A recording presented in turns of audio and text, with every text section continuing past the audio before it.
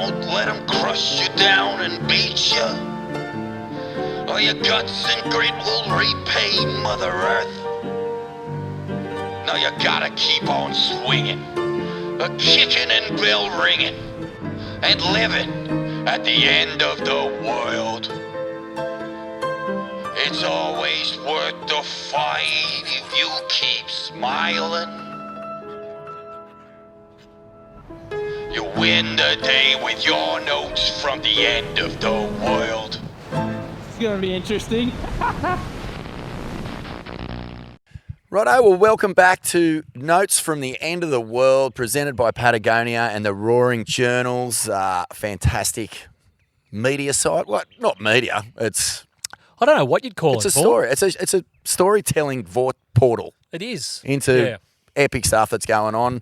Check it out. But episode 2, mate, who would have thought we ever get this far? How good, well, it took us a while to get here. It did. We got here after about 6 weeks. It did. Vaughan, Blakey, Sean Doherty, and a very special guest today, a surfer, activist, creative powerhouse, all-round legend joining us, Belinda Baggs. G'day, Belinda. Hello, how you going? So nice to have you on Ain't That Swell after all these years. Thank you. It's been lots of years of listening, so stoked. Is this Bindy's Sorry debut? for all the content. Is this Bindy's debut? Yeah, mate. Yeah. With the Swellians. We've actually talked about it a couple of times when we've bumped each other, but long overdue. Thanks so much for coming on. Stoked to be here. And Notes from the End of the World, Shauno, it's basically our opportunity to sort of like turn the dial on attitudes towards activism, getting involved, like making some positive changes out there, and finding a space where you're excited about it and like interested in making a change. Bit of surf, bit of enviro, not getting too pretentious, preachy, weird about it. No, keeping it fun. That's it. I think is the goal. Yeah. And it actually, after talking to Rasta in episode 1, like, it is fun. Like, there's a lot of fun to be had in making some positive change. So that's why we're here. But Belinda, we've never had you on before. So how's life? I know you just had a bubby a while ago, and you've been sort of up to your neck in creative projects. You've got a film coming out. Yeah. What's been happening? Lots of big changes. I recently moved about 8 months ago from Torquay. Up here on Yagle country to just south of Yamba, which is beautiful, spending lots of time with family, have a new baby, she's 5 months old now, Naia, so lots of, lifestyle changes, and in the mix of all that, a friend made a little film just about my, surfing and activism story, and we're going to start screening it pretty soon in a couple of different locations, some fun nights. Cool. The film's called Belinda, so that's going to be nice and easy to find. Yeah, after a lot of debate from me wanting to call it something else, I got X'd out of the name-making decision process. Yeah. Cool. And just like with the film and stuff, was it nice to, after making the move, like, because they're big life changes, having a baby and then making a big move, but like being able to flex a bit of creative muscle and make something that, I don't know, taps back into that world outside of just the constant needs of a new child. Yeah, must have felt good. As rewarding as motherhood is, it definitely becomes repetitive. So it's been nice to be able to sink my teeth back into, reality, you could say, and society in a lot of ways. And I luckily, for the most part, just got to surf in the film, which was great. So good. And didn't have to do too much of the heavy lifting and the hard work. So very thankful for that. Great. How's the transition north, Bindy? Nice to get out of steamers. It is so good to not be in booties and a hood. Like, you have no idea. And I grew up in Newcastle, so I am more used to this temperature. But there's many days that we go to the beach and I'm like, it's crap, but I'm going surfing anyway because I don't have to put on a 4-3. You don't walk away from surfs here. No, you don't. I found when I was in Torquay, because I've kind of bumped north as well, you drive away from a lot of surfs.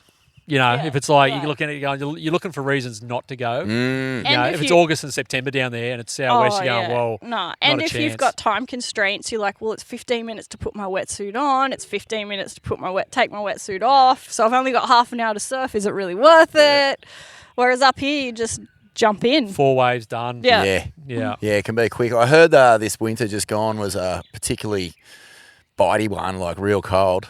For a couple of weeks up Yikes. here. Oh, yeah, not all up here. Jeez. It's hard for a Victorian to take a New South Wales person seriously when they say it's cold. Yeah, I know. 100%. True. Yeah. Paddling out in your vest like, oh, I'm chilly. A bit of wind chill around. Yeah, no, I heard Vico was 9 degrees at a certain point. It's actually not a bad winter not to be. The past couple of weeks, probably not so much. They had, but I think Oh, it the was whole pumping, winter, the whole of winter, they kind of didn't have one Yeah. for surf anyway.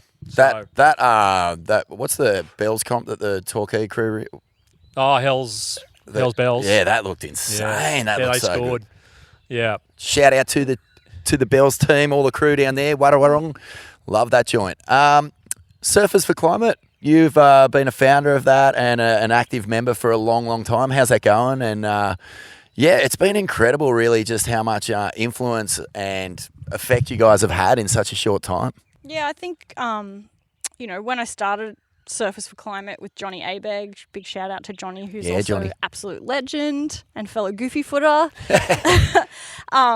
There was a lot of energy already created from, I guess, the fight for the bite was the main thing that was going on at the time, and so many amazing orgs like Surfrider and Wilderness Society that were getting involved in fight for the bite. So that energy sort of already existed, but I was like, okay, oil rig, huge problem for our coast, has to be stopped, but climate change is up there as well, and like nobody's talking about this at the time, and so that's sort of why we founded it, is to sort of keep that energy going, keep that positive will to want to protect our coastlines and transform that into climate action. And that was around 2019 that we sort of started forming Surfers for Climate, and it's come leaps and bounds since then. And it's been nice to be able to get that off and going, but also take a little bit of a step back. And now I'm still a board member and very active with what's going on with Surfers for Climate, but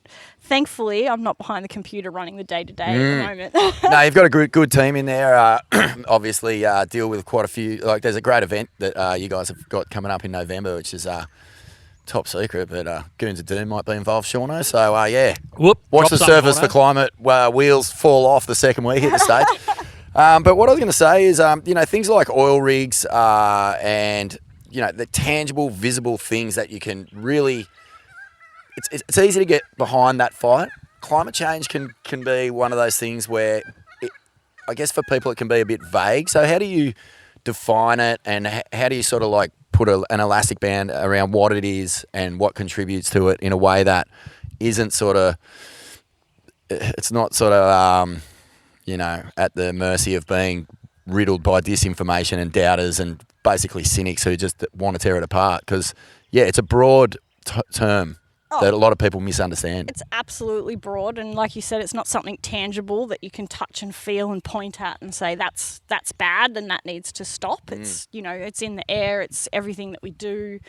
But I guess to think about, like, imagine being out on your favourite surf day, the wind's offshore, you're getting a bunch of great waves, and then all of a sudden, like, gets all wobbly and some rogue waves come in, and that perfect offshore that you were riding is like a big sloppy mess, and you look over to the bank next to you and it's inundated with 4 more feet of water and not breaking anymore, and that's essentially what climate change is doing to our globe. It's making this unpredictable sloppy mess of things, and we're scrambling to keep up. I kind of like the things that contribute to climate change as well, they are visible. Like, when you kind of, I don't know, if I'm in a doom scrolling mode, I guess the algorithm is feeding me things like photographs of land in the 60s compared to land now, and just the radical change that's going on through development or, ripping natural resources out of the ground or whatever it is. Yeah. But it is visible. Like, you can see where these problems are originating from. Humans just... at their worst, not giving a shit, or making it all about business and money. And, we're pretty good. Yeah. Yeah. Good. Yeah. What a species. I know, we're great. But that's like the nature of it, mate. It's incremental. Like, it just happens. That's right. It's happening so slowly. And, like you think it's a whole planetary system that's changing. So it's not going to, it's not an asteroid hitting and wiping out the dinosaurs. Nah. It's just something that's happening really slowly, but it's going to happen in the way, it's like anything in life. Things happen slowly and then all at once. And what you're seeing now, all the signs are that it's changing. And while, we'll get up tomorrow and the sun will still get up in the east and we'll go surfing tomorrow and the trees will all still be here and the kookaburras will be laughing, what's going to happen in 50 years' time or 100? And that's more the issue, Yeah. And people get bogged down, and on one side you get people, who are doomsdaying and just going, oh, it's going to, we're done in 10 years. And then on the other side of it, you've got the crew who are just completely in denial about everything. But I think the realists in the middle just accept that it's happening, and it's probably, probably all right for us now, but for my kids and my kids' kids and whatever, it's, humans, but human nature is you want to leave stuff better than for your kids than you had it, and that's taken different shapes along the way, and for centuries that's meant more civilization and less nature. But kind of got to a point where there's so much civilization and so much shit in the air that you go, well, maybe it's time for a bit more nature to recalibrate things going ahead here. Your journey into this space has come from like wanting to be engaged and activated through things like Fight for the Bite, stuff like that. But when did it first start to occur to you that like you wanted to get involved in this sort of fight for a better future? Well, I think it's probably been a bit of a slow burn like climate change has. I have always noticed things occurring, on the shorelines, like whether that be picking up rubbish and then, small changes, especially recently in local ecology below my boards, like, going and surfing a reef that was once, a couple of years ago was thriving and now it's all bleached and it's dead. Or seeing rocks exposed on the shoreline of the beach I grew up on that I have never seen, my dad's never seen, and all of a sudden there's a problem of, pretty chronic coastal erosion that's happening along the coast of at least the east coast for sure. And then what really hit home though was, I think as Shauno mentioned, having kids, is that I was also, as a mum, breastfeeding my son Rayson and doomsday scrolling and going, holy shit, like these climate predictions are scary. Yeah. And some of these are going to happen in his lifetime. And sort of, I guess that was a bit of my call to action, realising what sort of future am I painting for my son? Like what sort of future are we leaving for the next generation? And then seeing some of those come to light with the Black Summer fires, with the floods that, hit Lismore in 2022. Like, it's scary, and they're just going to get worse and worse and worse. Yeah, it's like I say, these are the visible examples of, or the experience examples as well, like those fires and those things, people are going to say, like, those fires have always happened. These floods, they're always part of it. Like it's part of it. But I saw a photo of Snapper, for example, right? And the natural flow of sand from the 70s. This is like yesterday. And what it looks like now from the top. And, that sort of man-made influence. Yeah, sure, giving us this, where Snapper Rocks used to be, that was never really a great wave until they started cranking the sand out. But the effect that has on the entire coast and the sand movement, and then likewise at Uluwatu. Yeah. Someone put up a photo of that the other day, and I swear to God, there's white sand along the edge of the entire cliff. That isn't there anymore. That's not there anymore. Yeah. And we've all seen the absolute disaster playing out over there at the moment. But yeah, so that, there's plenty of signs. How do you convince people who are, in that camp of going, mate, this is always the way it's been? Like, don't think that natural disasters are our fault. Like, this is just nature doing its thing. Yeah, what do you say to that? Like, how do you combat that in a way that cuts through? Because I feel like a lot of people just seem to have their minds made up, whether that's from their parents or, the disinformation. You know what I mean? It's like voting. in Vote elections. like your parents vote. Yeah, you don't really take the time out to go, oh, I better learn what these policies are. You just go, oh, bloody Liberals are like this, or Labor's like that, or the Greens are all bloody crazy.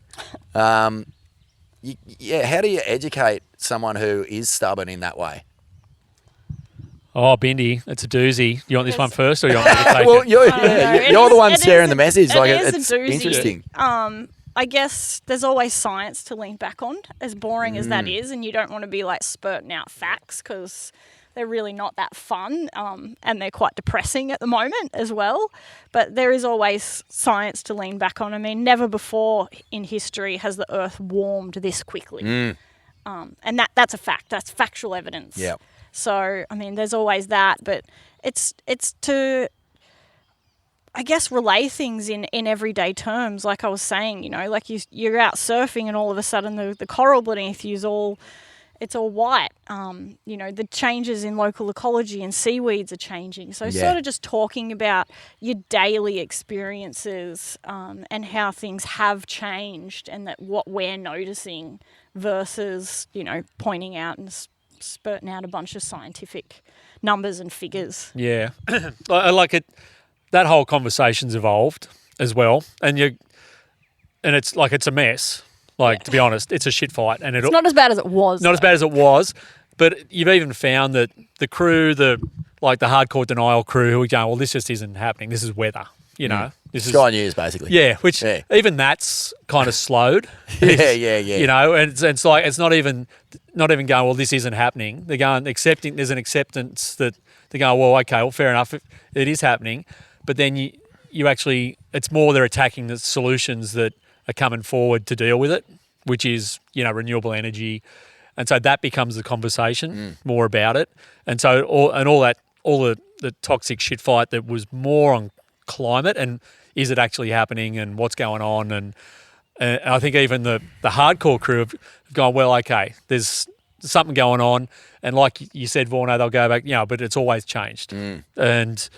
And, you know, if you want to build a wind farm out here or whatever, it's like, you know, it causes more damage than, or a coal-fired power station, which is completely fucking wrong. But that's become the forum for the argument now. And, like, there's a disconnect between sort of like the localised version of these discussions and the bigger conversation, because the bigger conversation, which is usually through mainstream media, is agenda driven. So it's in their interest to create that like discourse where there's two radical sides opposing each other rather than having an open conversation that educates and then therefore leads to a better result. Yeah, outrage is a business model. Yeah, you know, of course. And having polarising and having two crew going back and forwards, you know, it's a social media business model. It's a mainstream media business model.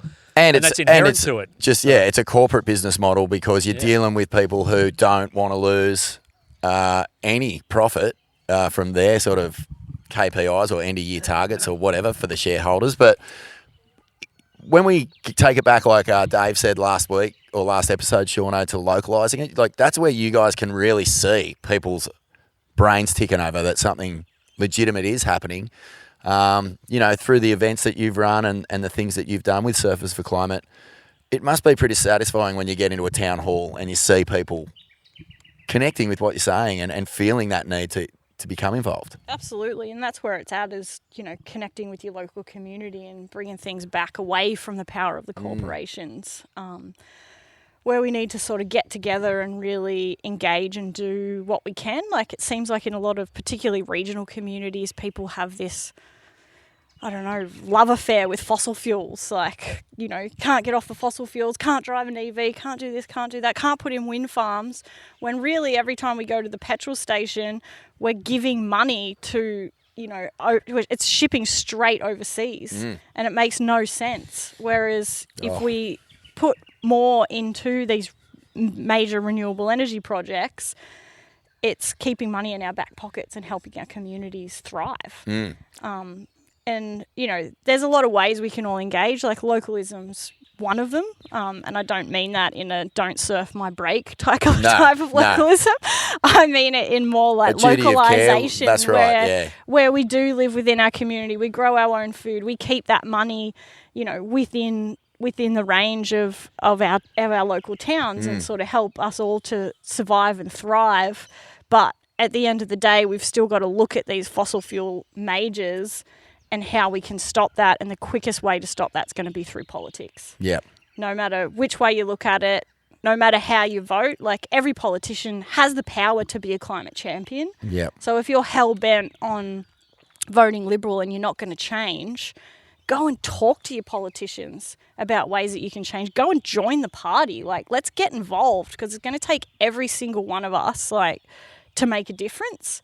And yes, we need to grow our own food. It's super important. But we also need to get involved in these decision-making processes, because unfortunately just growing food in our backyard or, changing the type of wax that we use on our surfboard isn't going to change the system. Yeah, I love that. That's the best advice ever, because, I think politics is probably the unsexiest subject on earth. You say the word and everyone's like, oh, 100%. Rolls their eyes. Everyone's lost faith in everything. 100%. Yeah. But we could change it so it's not like that. Let's make it fun, like climate action. It doesn't have to be boring and shit. But also don't get involved in the arguments between the parties. Like you say, if you're a hardcore Liberal or a hardcore Labor or a hardcore whatever it is you want to vote for, what's fishing shooters, whatever it is. yeah.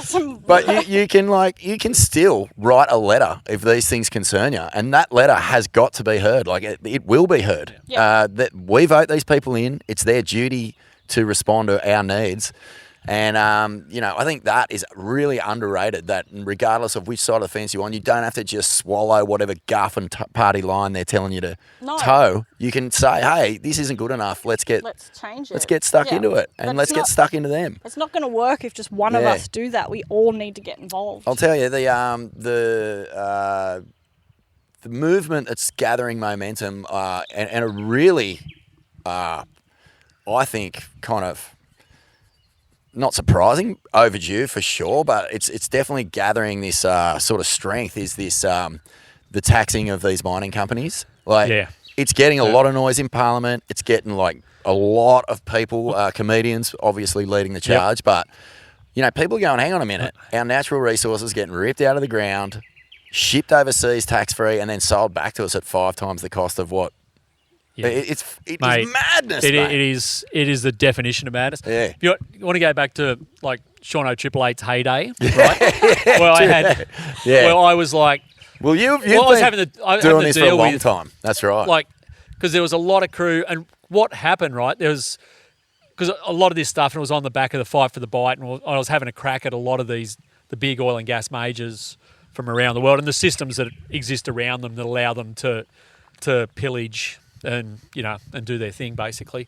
And I had a lot of surfing mates who actually work on the rigs in the northwest, and they were super sus on the whole, they had, chipping away and going, they go, well, what's your car going to run on? What's this? And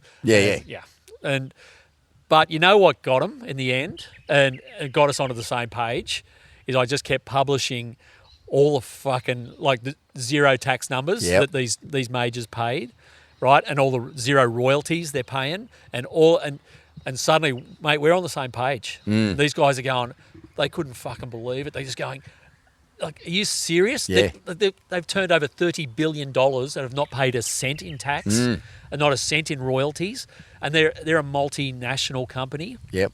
And then you go even the Australian, in inverted commas, majors. Your Woodsides and your Sandos, they're going, we're proudly Australian. They go, fuck off, they're not Australian. They're 70 or 80% shareholder foreign owned. Yeah.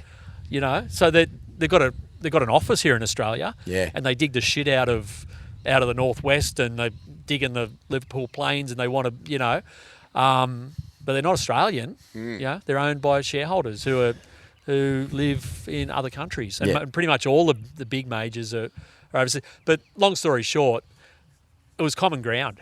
Got us onto some common ground that we could both agree on. This is shit. and this needs to stop. It's absolutely insane. The fact that I pay more tax than Shell in this country and Woodside. You are bigger than Chevron, Bindy. Yes. Yes. I live in a caravan and I pay more tax than Shell. You are a bigger contributor to the Australian economy. It's crazy. Yeah. It's absolutely crazy. And there's other countries that, not that I condone, digging up fossil fuels out of the ground and exporting them overseas, but there's other countries that are taxing that and using it to send their kids to school, to pay for all our medical. It's insane that we don't. We have completely fucking blown it. Yeah. We've been through 2 or 3 mining booms in this country. We've just been through another one. There's a gas boom that's kind of halfway through at the moment. We got $1 trillion debt here, small fry compared to America. That's a lot of money. All that money we've made, none of it, we're in debt. The nation is in debt. Yeah. We've completely blown it. Going back to Howard onwards, they've all just laid down and let the fossil fuel companies just set up their own programs here. They dictate policy, how it's going to be, and we've with this giant fucking first world quarry. It's as you said, Bindy, madness.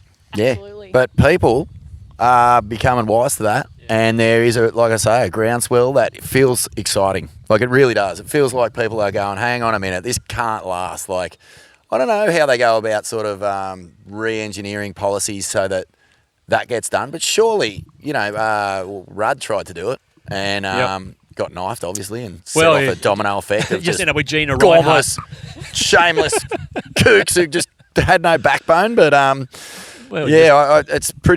it feels like a reckoning is coming for that industry at some point. If we can keep the fight going and be psyched on it. With the political tipping point is the next election, right? At the last election, you ended up with what became this group of independents became known as the Teals. Yeah. Basically a whole bunch of kind of educated women in the cities who just had enough of all this stuff we're talking about. They're seeing it plainly, and their constituents see it plainly, and they all got voted in the back of it. So they've got the foot down for climate action now. Yeah. And it's to the point, and like you said with politics, and it's people don't want to engage because it's back and forwards, it's Liberal and Labor, and that's your choice. Well, it's not really, and the last election showed that if you want stuff done properly, local representation that actually with an eye to the future, not an eye to the next election, the next political cycle, fuck the majors off. If you've got a good independent in your area, and they want climate action, the thing is it's hard for them to do it if they don't have the numbers in Parliament. But the tipping point, the next election potentially, is you get another 3 or 4 into the Australian Parliament, voted another 3 or 4 independents, and suddenly you won't have a majority Labor government or you won't have a majority Liberal government. It's likely probably to be a minority Labor government, but to form government, they're going to need the votes of those independents. So those independents then will be going, right, you guys, all this bullshit, you came in at the last election, said, you're going to slow this, you're going to do this, you're going to, fix the environment, you're going to do this, and all you've done is just supercharge the gas industry again. So that stops it's right now. It's been pretty disappointing, if you want our vote, right, that stops right now. Yeah. So next election, which is next year, it's coming, it's just around the corner. Yeah, I mean, wow. One of the biggest challenges leading into elections, obviously, is the noise, that's created. You mentioned science, but, science, if you're not sourcing it from the right space, can just be completely just moved around to be whatever people want it to be. And actually, you don't even need science. You just need to pretend that you've done the science. And a Russian bot to make some science Yeah. It's wild. So, where can people find information that is going to really, truly inform them? Because, you guys... obviously, Shauna, you're constantly sharing stuff. Surface Climate are messaging this stuff to try and instigate true knowledge, not just whatever you're fed by an algorithm that feeds. Generally is specifically designed to appeal to your sense of doubt. If you've got one skerrick of doubt in you, that algorithm will pinpoint that and just feed you with the misinformation. That's just everyone knows that. as propaganda gone mad in its newest form. So, yeah, where do people go to and how do they find the information that they need so that when they do go to a polling booth, they know what they're going to do? That's yours, Bindy. Yeah, well, I mean, if you want to find factual information, it would be looking at a lot of the amazing organisations that are out there working on it. The Climate Council of Australia really throws out a bunch of amazing facts and figures, and like Surfers for Climate kind of lean on the Climate Council for a lot of that science, and then sort of twist it into surfing terms. So it's not so dry and boring, but I'd say looking up the Climate Council is a great one, first and foremost. But before you vote, you need to look at the policies of who you're voting for as well, and that's all published. That's all all out there for people to see. But I would just get out in nature too. Get off the device and get out there and actually experience these things, Stop looking at your phone and go for a bushwalk, go for a scuba dive. Go and look at these things firsthand, because there's nothing more powerful than experiencing it for yourself. Yeah. Oh, mate, it's an information swamp out there, and it's designed to be that. It's designed just to get you lost in there. And to keep you lost, basically, and keep you arguing with each other. Sources for stuff, if you go the general mainstream media and it all gets bundled in together, some of it's actually pretty fucking good. Some of it's pretty straight up, and there's, they work to make sure it's balanced. And ABC's always pretty ABC's balanced. generally pretty good, and most of them, commercial TV's pretty rank. That's long gone, it's long mate. gone. They're all their owners generally own fossil fuel stuff anyway. Oh, for sure. So they're driving the division. That's a write-off. We're never all in the same basket, working towards a better future with mainstream media that has a basic, a profit as their main source. Big oil and gas is planting all the seeds of misinformation, exactly. basically. Yeah. Through media, through everything. That stuff's a write-off. There's a whole heap of, like you said, Bindy, there's a whole heap of crew. Like the Australia Institute do a lot of stuff around fossil fuels and the economics and stuff around it. And they're exposing all of this stuff that we're talking about. But a lot of even the government, if you're talking weather and if you want to go down to that, an energy and the government departments, they're independent. You're lucky. You think about it, you're kind of lucky in Australia. You've got those crew. I was actually going to mention that, but I thought you'd shoot me down. But the other thing is, it's this prevailing kind of mindset where it's anything government is, and it's all coming out of America, is deep state. It's fucked. They're controlled by this, and and to a degree, sure, in other places, whatever. But we're kind of pretty lucky here. The public service here is generally, they run these things and they're pretty independent about it. They're pretty straight up. It's facts about where, what's happening, and that AEMO with energy, even the Bureau of Meteorology with weather. Yeah. That's another conversation. But it's, we're lucky we've kind of got those groups that you can always go and look and find this stuff. And it's never perfect, but it's better than it is anywhere else in the in the world, pretty much. And look, I also feel like there's a couple of satirical kind of outlets out there that are doing insane stuff. Batuta Advocate are so good They're at unreal. just stripping it all back and just laying it out in the most entertaining form you can. And Juice Media. Don't as well. confuse. Juice Media, Punters Politics. Punters Politics, Epic. Really good at stripping it back to its blinding idiocy. The absolute ridiculousness of how these systems have been done. Yeah. It's also worth mentioning, and you brought this up before, Sean, Smithy mentions this all the time as well, that, man, the crew who are working in these industries, they're going to be just as disappointed and fucking angry about the cost of living crisis that they're having to deal with because of these systems that are in place. And filling up your car with petrol is an unavoidable construct of this world that we're living in. We didn't design it, but we can change it. So that argument of all right, well, fucking, your car runs on petrol. What are you going to fill it with? I don't know. bee juice or whatever. Go I'm and just live in like, don't eat meat. Go, what are you going to eat? Bugs and live in a cave? But there's no way in this system as it stands and that we've been a part of and just, properly steered around because of the interest of media becoming less and less objective and more driven to have that money coming in. It's like you just have to understand that there's certain things that you just need to do, mate, in order to make these changes. The thing is, mate, the world's changing. You got to live.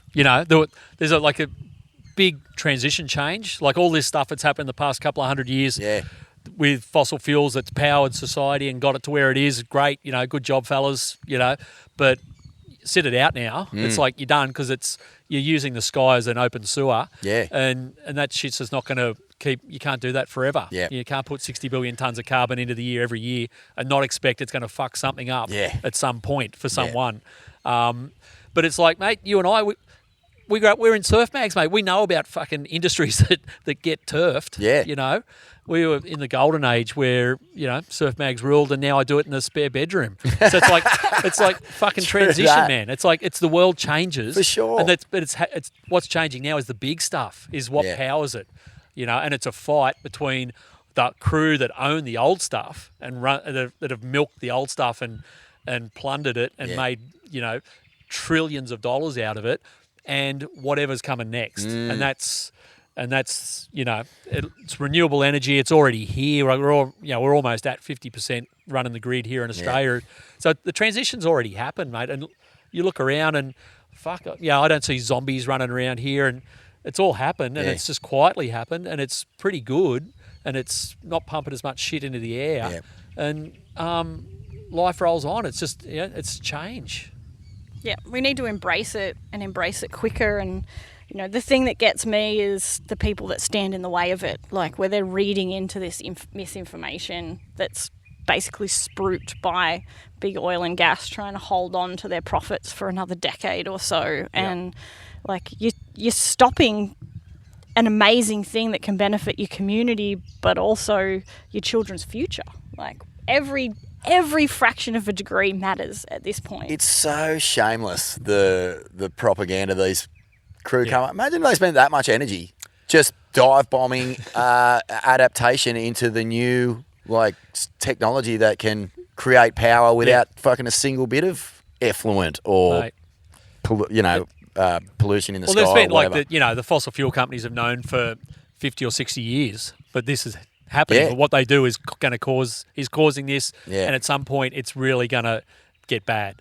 And they've run a campaign for that whole time to put a smoke screen around it and convince people and brainwash people that it's actually in their best interest to stay on their dirty shit. Hilarious. And it's like, mate, I love this one, is that, mate, if after all of that, if 99% of the world's scientists are wrong and climate change is actually false, and who wouldn't want an energy system that doesn't pollute, that's essentially free once you build it, so you can breathe better. And brings money and jobs back into our communities. It brings money and isn't owned by Saudi Arabia and huge hedge funds companies from around the world. It's like even if it was the biggest fucking lie ever told to mankind, changing now would be 1,000 times better than what's currently here anyway. You wouldn't have to dig up the whole country. The clean energy uses 1/500th of the mining that's required for fossil energy. You don't have because that's another argument you hear. The mining for the batteries, the mining for the cells. There's all sorts of shit going. Go and fly between Sydney and Brisbane, and look down when you're over the Hunter Valley and have a look and look at coal mining is. Newcastle's the world's biggest coal port. Yeah, it's like insane. and it's horrible, and you can't, and that's permanent. That's permanent damage to the land. You know, and that's what they say. And I didn't come on here to put numbers in, but they reckon, because that lithium argument gets brought up all the time, and whereas for your batteries but it's 1/500th the amount of mining that needs to occur for a clean energy future versus versus Yeah. fossil energy. Because you just don't have to, mate, you build it and it runs itself. You don't need to keep shoveling fucking coal into it, every day. So, Mate, geez, it'd just be so nice if these companies went the way of Blockbuster Video and a few of the other things that refuse Nobody to seemed accept. upset. Blockbuster's no, gone. mate, they gone. Yep. Just refusing to accept the changes that are inevitable is a dead set death wish for your business. So it just seems ridiculous to me that you wouldn't be like on the front foot leading the charge to renewables and all that sort of thing. But let's just get specific for a sec. How are we going in this country right now as far as emissions, targets, and sort of turning the needle a little bit so that we're on the right side of You want that A, one, Bindy? history, B, saving the planet? Well, the fact that we're one of the biggest exporters of coal and gas on the planet Yeah, that doesn't means help. that Not we're good. not. It's not a great No. thing. No.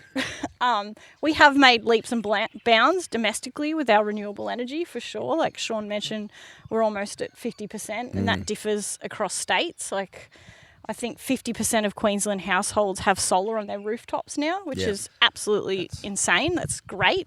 Victoria's leading the charge on getting houses off gas by, putting in incentives to electrify, which is also another fantastic thing. Like New South Wales has a lot of, offshore wind farms that are slated, which is also a great thing to help us transition quicker.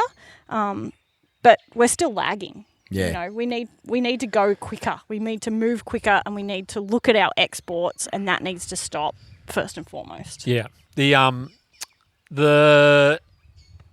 got a target of, they want 43% by 2030. But and they go, oh, we're on target for it. But then you look at it, and the way they actually create the number is there's actually this number called around land use, that if you don't clear land, they get a credit for it. That's right. Right. Yeah. So the credit system is the offset. So basically, but if you actually a go, joke. what's being emitted in Australia, we will be net zero. They want us, we'll be net zero by the year at the current trajectory about 2300. Our emissions are actually going nowhere. Yeah, right. So, and that only includes that doesn't include, as Bindy said, all the shit we're exporting to the rest of the And world. we don't take any responsibility or factor in anything that comes out of our earth and then gets burned up somewhere else. If it ends up in a ship and goes, that's someone whoever else's. burns it gets the emissions. Yeah. So and that's what they say. Like, that's the other common argument. They go, well, Australia's only 1% of emissions, and if we stopped all fossil fuels tomorrow, it wouldn't matter because China's doing this shit. And on the same note, though, but if you actually include all the stuff we're digging out and sending to everyone else, that's 5%. So that's actually a pretty decent number. Absolutely. And China installed more renewable energy last year than Australia ever has on our entire grid. Yep. So even though, yes, they're still big polluters, they're steaming ahead like a bullet train, and we're still left on the tracks waiting for the steam engine. Yeah, true. Yeah. What about like a little closer to home? Things like, I don't know, these wind farms, for example, are causing a lot of,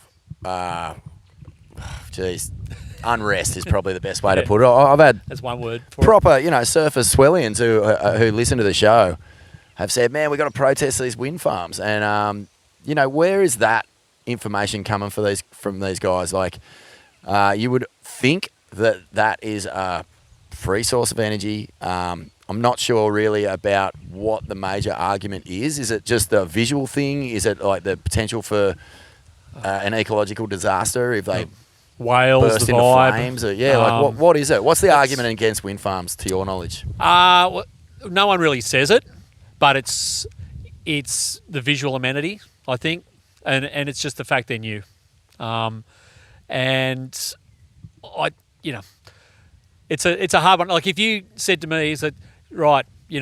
We want to build a wind farm out there," I go, "Oh, okay. Well, what else? What are the other options?" And you kind of look at it. Where Australia's at right now, you've got all of the East Coast anyway. Most of our power comes from coal. That's not going to be here in 5 years. It's already most of it's phased out already. So all of that's got to get replaced if you want the lights to turn on. So you're going to have to build something. The previous government had 10 years to build something. They didn't build a single thing in 10 years. So you've ended up with this crunch now that you've got to build something somewhere, otherwise you're going to have no fucking electricity. And so that falls now on the Labor government. So they've had to go, right, okay, it's going to be renewables. We're going hard at it, which I take my hat off to them for doing it, because it's going to be hard because you're going to have to argue with people with $1 million coastal properties, saying, oh, you're going to see, I don't want these things on the horizon. They're going to be so small on the horizon, though. Well, in most places you won't see them. No, you probably won't see them. They're too far out. And the two big cities, the two cities they're actually off, Newcastle and Wollongong, mate, you go any day there, and there's 20 coal freighters sitting on that horizon. You won't even see the wind farms because the coal freighters block the horizon anyway. Yeah, so there's no, to your knowledge, like ecological disaster waiting to happen if we put in wind farms offshore? No. There's all the whale bullshit is bullshit. Right. That's all made up. None of it's factual. And I mean, from what I've been told, is a lot of all this misinformation's been planted and spruiked by big oil and gas who don't want to lose out and want things to slow and not transition as quickly as they can. And like you said, people don't want to see it, but the reality is you're probably not going to see it. And yes, there probably are some areas where it will have a minor ecological impact, but they're very minimal in compared to what climate change is going to have if we keep pumping out fossil fuels into the air. Yeah, and now there's places you don't want wind farms, 100%. Yeah, like the Robben Island thing in Tasmania. No way. It's like this. It's a crucial bird habitat. Yeah. And they're making energy to send to the mainland. Like, there's no way you'd want that there. No. It's a joke. So there's, it's like anything. there's good and bad places to put it. Yeah. And just got to be smart about where to put it. Like, put it in responsible areas, that are going to cause little harm to nature. Yeah. And you're damned if you do. If you're damned if you don't. You put it out, 20, 30 k's offshore, and it's the whales. You put it 20 k's inland, and it's farmland and birds, and it's not even, if you're worried about birds, don't own cats. Cats kill fucking and cars, cars and windows. Get rid of windows, get rid of cars. Because it's a fraction. Wind farms kill a fraction of a fraction of a fraction of any of those. Oh, so it's good to know, man. And what about the nuclear option? Because that's getting trundled out again. It's like. Mate, I've read up on this. Yeah. It's so ridiculously not worth it. The science behind it is 100% certain. I don't know where or how it became an option. What's the latest on the nuclear conversation? Surely we are fucking not even considering this. You want to have a crack, Bindy? Well, I mean, I know you'll have a lot more fun things to say on the topic than I do, but it's too expensive, it's too slow to start with.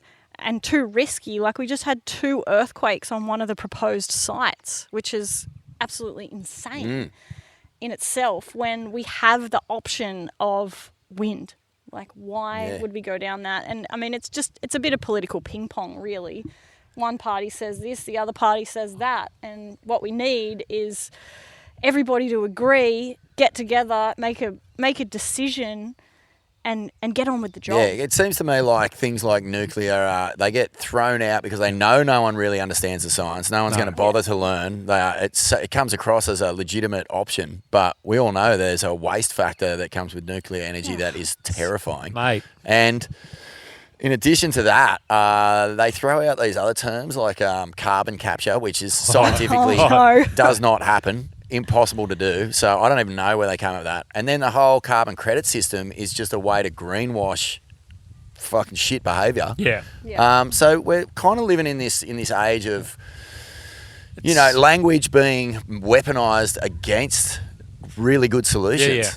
And it just baffles me that nuclear is even a consideration or being used as any sort of legitimate form of energy option other than natural options. Yeah, all of madness. This stuff, it's just desperation, mate. From the you got to look like you're doing something, majors. right? Well, all it is it kicks the can down the road. They go, well, this is what we're going to build. It's going to take another 20 years. In the meantime, you're stuck with gas and coal. Yeah. You know, that's what it is. It's an Prolonging- it's a lifetime yeah. extension for gas and coal. So it's not even really a serious play, but it's, you know, yeah. I really shake my head, and it's fucking bad faith from politicians who argue this stuff. Like, nuclear's going backwards around the world. Yeah. It's been going backwards for a long time.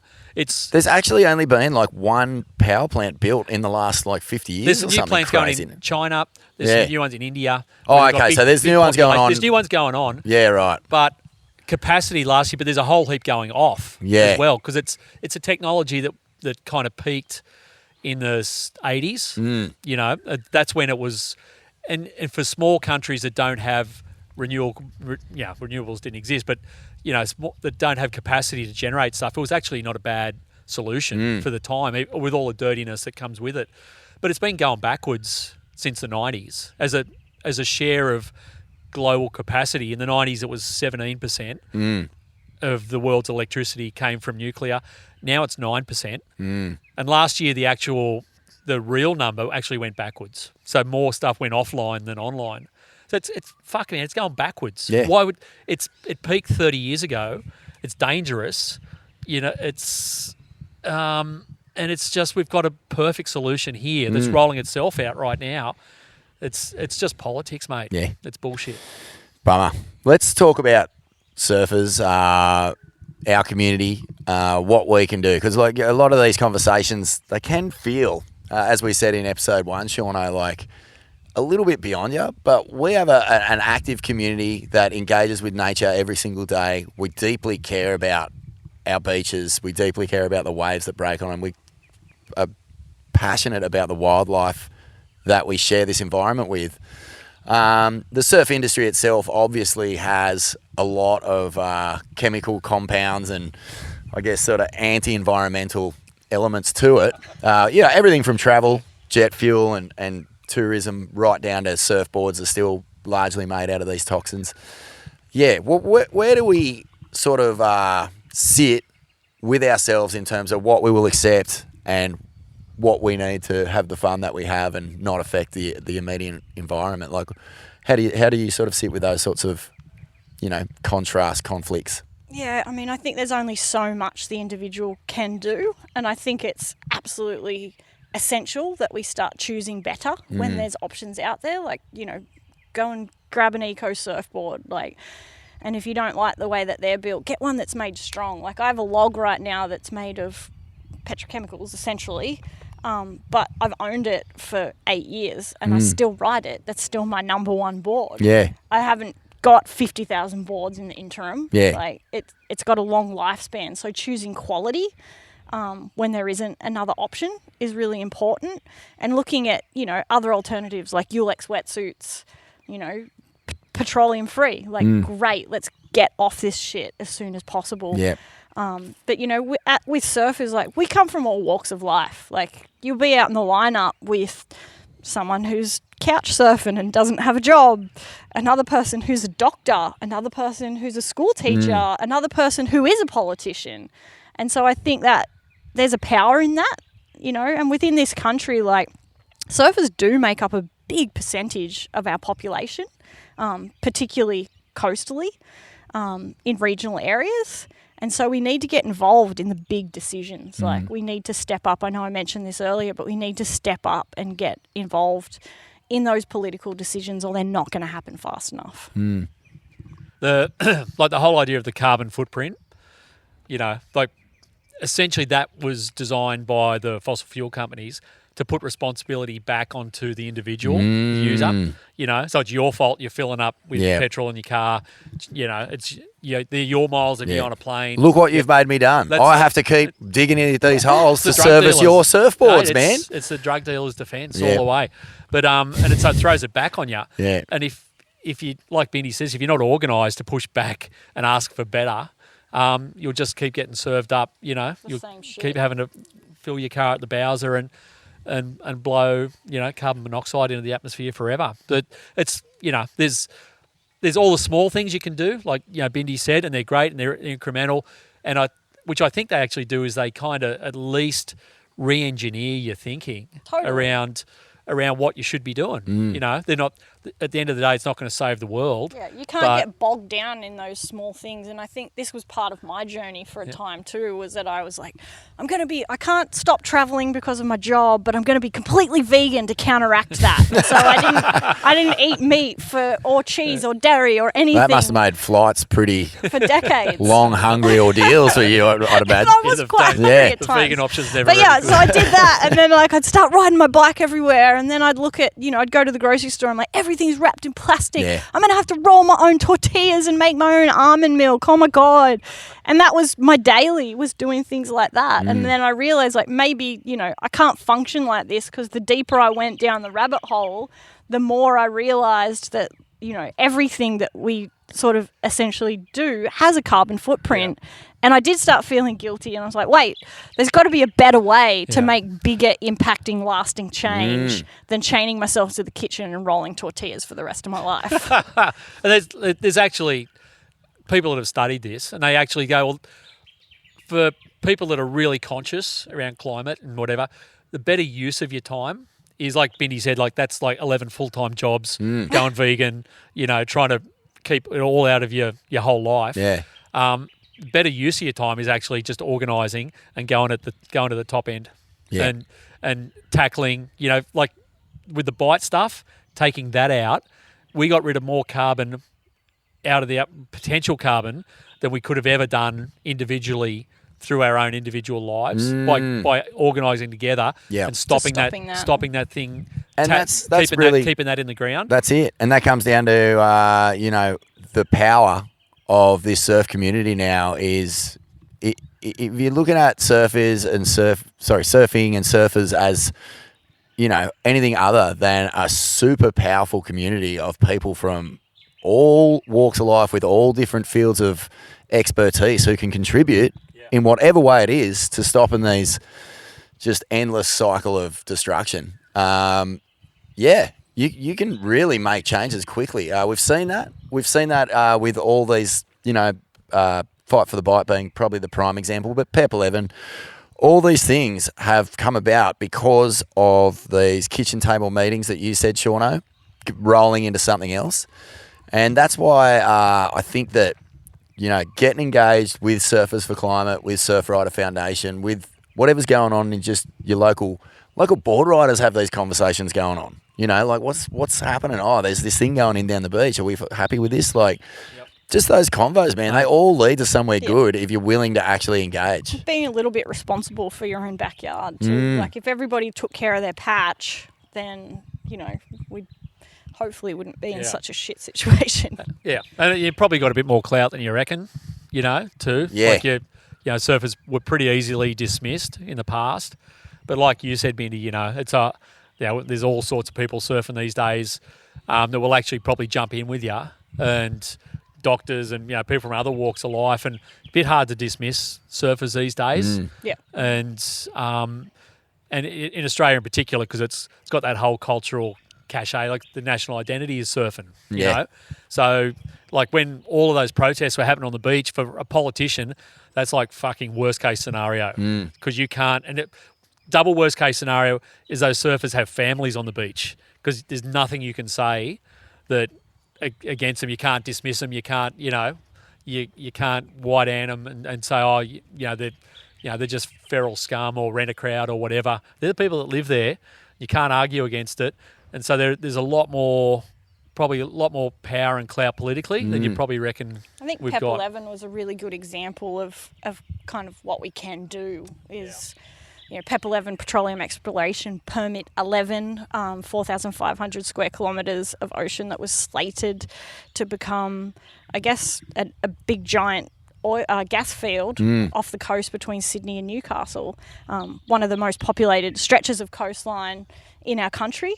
And, you had little organisations from Newcastle Save Our Coast starting, signing petitions, going to markets, all kinds of, little events to get the community involved. Surfrider stepped in and did paddle outs along the coastline, made a big impact, kind of halted everything for a while. And, Surfers for Climate kind of engaged at the end and really leaned in and got legislation passed to ban offshore mining in New South Wales coastal waters, which doesn't include the Commonwealth waters of PEP 11, but it is, you know, a block of having that infrastructure put into place and another deterrent. And I think that's just sort of like a great example of how things can start. You know, they start in the small community.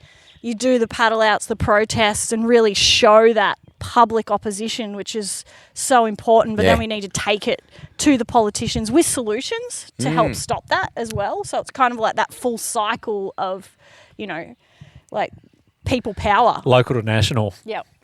I love that. And what a buzz. What a buzz when you get a win. You're just like, yeah, here we go. I'm just so psyched. So, as you say, Shauno, like an election coming up, it's going to be a cost of living election, right? Like this is the only thing. So we're going to be bombarded with, you know, fuck, I'm already exhausted thinking about it, but bombarded with like, it's their fault. Yeah. It's their fault. And they're going to be pointing the finger at each other about who manages money better. But this is an environmental conversation. Like, well, cost of living is a direct result at play. Yeah, exactly. Like it's a direct result of a million different things that have the potential to completely destroy the environment. If you reckon the economy's fucked right now, mate, wait till it's 50 degrees in summer and crops fail, and in whatever it is, 50 years, 100 years time, and see how your economy's going at that point. Yeah. And we're already seeing that in smaller forms. Like there's a flood or there's no rain, and all of a sudden avocados are $5 a pop, or not available at all. I tried to buy red cabbage the other day, and it was $8. For a cabbage, which is insane, you know. Like you get a power bill worth $2,000. My parents' insurance just went up $1,000, and they haven't made a claim. That's just because there's been so many claims from natural disasters. Yeah, I guess the one of the real positives that we could get happening for the climate and for the cost of living would be to maybe tax mining companies. What about that for an idea? That's a thought. And don't believe for 1 second that they're going to just pack up shop and leave if Australia starts taxing them. No. They're not going to leave the biggest literal mine, gold mine, money mine in the world just because they got to pay a bit of tax. No, they play the bluff. The fear campaign will be fucking outrageous. Mate, that's what they'll do. Yeah. They play the bluff game, but if you did, they'd all still be here. Mate, they'd still be here. Still employing people. They wouldn't put a single person out. And, maybe, just maybe, this so-called gas shortage, which is literally made up. It's like we will maybe be in a position where we have a bit more of a say in how we even allow our natural resources to be, exploited. Harvested. Yep. Exploited. But, anyway, we can make those calls with, a bit of self-education, as we said. Get to these places. Surfers for Climate. There's plenty of information there, and get to the events because there's always things going on too. Absolutely, yeah. We have a lot of events always popping up. Some fun surf trivia. Movie tour coming. Sick. Giving me lots of anxiety. Yeah, you're more public speaking for you, Bindy. Out front of your own movie called Belinda as well. Yeah, doesn't get any more anxious ridden than that. Mate, it was great. Actually, last time I saw you was at the Jerry Lopez film in Byron, and that was so great. And again, it's easy to have these conversations and feel like, oh man, am I in the mood for that? But if you go to these things and you're just with the tribe and you're watching movies and you're having these conversations, there's no 100%. Need for it to be a stressful, anxious, anxiety-riddled experience. Making change can come on the back of just having the best time ever. Oh, totally. I just get anxious because I have to speak in front of everybody. That's fair. I'm sure my inner bogan comes out and I just want to swear, but I have to not sound so bogan sometimes. Nothing wrong with that, mate. But no, there's nothing better than getting together with a surf community, watching a movie, depending on the location, having a beer or two and hanging out. And that was kind of part of the lifestyle when I started surfing 30 years ago was, it was laid back and that's what we've always loved, getting together with the gang and now giving it purpose as well. It's because the film itself, just to go into that just for a sec before we talk about the Roaring Journals, but it has got a message and a bit of your story, right, through activism and surfing. Absolutely. It's kind of, how much I love surfing, which I've been told that I surf more than most humans on the planet, although maybe not right now with a 5-month-old baby, but you know, sort of how I transform surfing into environmental activism. Like, I'm not a scientist, I don't have lots of money, but I still wanted to contribute positively, and how this selfish pursuit of surfing and being able to hang 10 kind of led me to being able to, you know, rally the surf community to make positive impact. And it's really important to say no to these big fossil fuel projects like we've been talking about. You know, you fight for the bites and stopping oil rigs and all that, but it's also really important to be saying yes to the solutions, and that's kind of highlighted in the film too. Like, one of my, you know, there's such great solutions out there, like carbon sequestering seaweed with sea forest projects down in Tasmania, which is just so awesome, and wave swell energy and other forms of renewable energy that are just so amazing, and that technology's brought us. And so to be able to embrace the positivity that comes along with that, you know, through technology and projects, but also just the powering community. Love that. Absolutely love that. Anything to add, Sean? Have you seen the film? Oh, I have. You were ripping, Bindy. Shot it over a week. Did you? Yeah. It's pretty good. It's a week of reasonable surf. Oh, that's how you do it. And you're back in the water too? I am, yes. How's it going post mumhood? Mumhood is great. Surfing can be frustrating when you are not quite as good as you were 9 months ago. But getting back there, just building up strength and taking it slow, and learning to be easy on myself. That's a common side effect with most surfers, isn't it?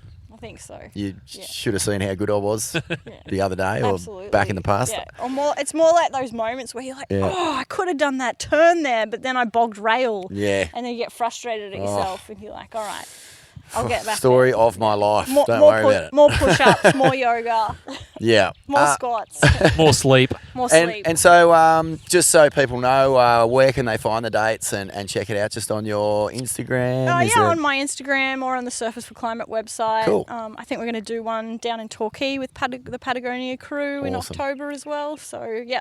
Unreal. And on Patagonia as well? Website? Yep. We'll Cool. have them around too. Yeah, for sure. Thanks so much, you guys. Great chat. Love solution-based conversations. I love also just, you know, shining a light on, really obvious things, and just making sure we're all computing, that it's not just sort of drifting by in the doom scroll land. Yeah. Something really does stand out when it doesn't sit right. You know, you can get a feeling for it, but it's taking that next step and putting it into action that kind of matters. So, yeah, cool chat. Shauno, Mate. Roaring Journals, mate. We've been busy. Yeah, we've had a bit on. True. Heaps on there. Yeah, I was stoked. Actually, the most recent story I just copped, Corey Graham. Yes, Corey's been busy. He's been super busy. Yeah. Master craftsman from down Torquay way. He's legendary. You know, you talk to anyone down there in those circles, everyone's had one. Yes, a Corey at some point. What's he up to? He's repurposing any sort of old surfboard or piece of foam or whatever. He's been ferreting around in dumpsters, mate. How looking good. For junkyard dogs. The junkyard dog, because of course, and I think the seed from this. Corey's always shaped odd boards. So he shapes beautiful boards, and then he shapes left field stuff. Yeah. Like I asked him for when I was living at Byron, I said, mate, I'm not even going to tell you what to make. I said, I want a board for the pass. It came. I picked it up. It looks like a foil board. It's like a foil board crossed with a Simmons. So it's got two twins right at the back. It's 410. It's 3 inches thick. So it actually fair dinkum look like a foil board, and it goes like 8,000 miles an hour, and has a complete mind of its own when you try and turn it. So it's under 5 foot, this thing. Yeah. And how are you going on it? Well, I tried to surf it out the point here the other day. No, mate, it's not an Angus board, mate. No. It's a passport. No, I almost ran about 8 people over because it gets a mind of its own out in the flats. But anyway, long story short, Corey's he's been looking at repurposing all these little half cuts of leftover blank bits, and he's using industrial foam as well, and he's finding stuff in dumpsters, and making kind of semi-functional boards out of it. It's like this thing, it functions in the eye of whoever's on it. But he's having the time of his life. Long story short, That's so cool. because he just goes because it's not like he's doing some for clients, but mostly they're just for himself. Yeah. And he's gone, mate. It's completely liberating because he calls it fun rubbish. Yeah. Because there's no expectation with it. The 8 million crazy ideas that are in Corey's head at every moment of every day can come out and go somewhere. Yeah. You know, and some of them are fucking brilliant. Oh, mate. Yeah. I mean, you only have to see the photos that are on the homepage of Roaring Journals just to appreciate that there's a lot of fun to be had there. Yeah. I just love the idea. I've done it myself where I snapped a Neil Purchase right above the single fin. Yep. And I just sawed the tail off, took it into Ganesh in Mona Vale there, and Give me the plane. put a couple of keel fins on it. Turned into a 4 foot. I think it was a 4 foot. Far out 411 20. Yeah. And it was like Pet Cemetery, mate. I went and buried it out in the bushes, and it came back, and it was like a totally different, creature. Yeah. Same board, different creature, a little bit evil. Sometimes, but geez, it was fun to ride because you just adapt to whatever it wants to do. Like, you're not getting on it and going, hey, I want to rip and tear. You're going, how do I get this thing to work for me? Which is a really fun way to surf. Like, if you're not just 100% high performance driven. Yeah. You can find little sensations on those things that are insane. And in saying that, I'm really looking forward to Dave Rastovich has just done the electric surfboard experiment with Stab. Yeah. And his prerequisite for accepting it was that all the boards had to be made out of environmentally safe or... They all needed flax. Yeah. They all needed to be made out of things that it could change the game. Like, I know that he scored. Pump and surf. And so all these shapers have put their maddest ideas into these new materials. And, mate, I think it could be a bit of a game changer. Yeah, mate, he's the guy. If anyone's going to popularise that whole idea of getting people who normally will just show up and grab something off the rack, grab a PU thing off the rack or whatever, encourage them to try and at least try something. Like, he's the guy. Yeah. And you're right, mate. He's had an absolute fucking mad autumn winter. He has gone absolutely surf loony up here. Yeah. Steph and Tom Curran, I went away with them recently, and they were sharing this cork board that Steph got made. Forgive me, I can't remember the shape, or I'll find out. Drop it in a later ep. But it's so cool to see that, and it's awesome to see Corey getting stuck into that world, man. Yeah. Of just like any old rubbish. Junkyard dogs, man, they can be lovable, loyal pets if you rip them off that bit of wire they're tied to an old tow bar and take them home, give them a bit of love. Although, what's the Pet Cemetery line? That sometimes dead is better. Some of those boards. That's a great line. Some of those boards might be better dead. But anyway, mate, hats off to Corey, mate. That's cool. There's never a dull moment with him around. Mate, another story that's on there is a couple of old neighbours of yours on this just epic global sojourn. Yes. What's the story there? Mate, Ben and Laura over the back fence in Pendle Court. They are just mad adventurers. They kind of just basically rented the house out, took off, I think January this year. They sailed down in, it was a 44-foot monohull yacht to Antarctica, which I didn't even think was possible. So wait, you can just get a boat and sail to Antarctica. That would never occur to me in my wildest nightmare. It did. Yeah, I had to ask. I had lots of questions when they kind of raised they were doing it. Yeah. But they went and did it. They got down there. I think they lost their lunch probably a bit on the way down, but they surfed, explored around, and it's only leg one. So because they sailed back, they went straight to Patagonia. They went in Chile for ages. They were in Lobos for heaps. They went to the Falkland Islands before that. Then to Peru. They're going on this world tour, and they're going to bike ride. Ben's French, so they're going to bike ride from France. And Laura worked for a bike company, so they're going to push bike from France down to West Africa. And they're just, I don't know when they're coming home.